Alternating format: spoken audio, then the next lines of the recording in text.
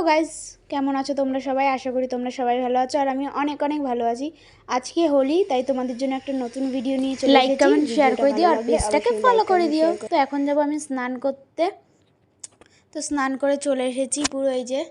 তো এখন পুজোর কিছু গোছাবো, না হলে দেরি হয়ে যাবে, যেহেতু আজকে আমাদের এই 7টার থেকে পুজো। তো চলো বেশি কথা না বলে দেখা হচ্ছে।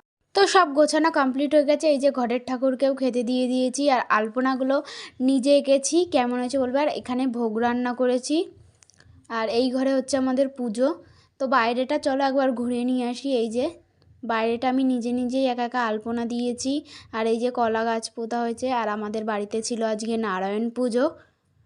তো এই যে ঘরের ভেতরে যাচ্ছি আর এই সব কিছুই আমি করেছি। আর এই যে আমার পিসা আর এই যে হলো আমার মা। পিসিকে আমি ছোটোবেলা দিয়েই মা ডাকি, তো সেটা তো তোমরা সবাই জানো। আর ওই দেখো গোপাল নিয়ে এসেছিলাম।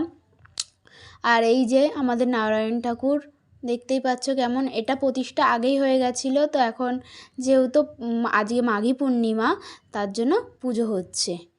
তো এই যে সব ফল প্রসাদ চিনি লুচি সব কিছুই করে দেওয়া হয়েছে ভগবানকে, যেইটুকানি ক্ষমতা ছিল আমাদের, বা যেটা বলতে পারো তোমরা। তারপরে শুরু হয়ে গেল যজ্ঞের কাজ। এই যে যজ্ঞই বসেছে ব্রাহ্মণ।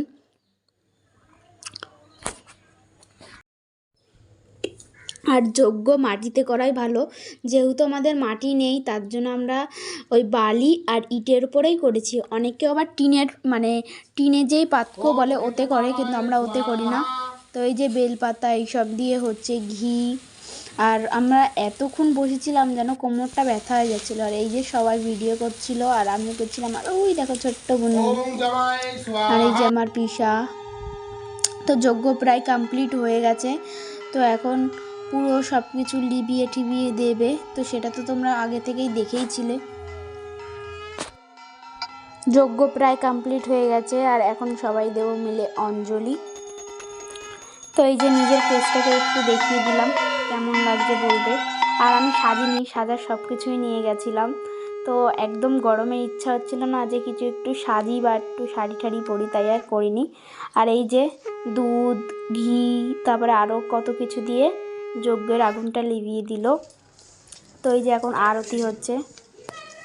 তো এই যে নিজের ফেসটা দেখো কীরকম লাগছে।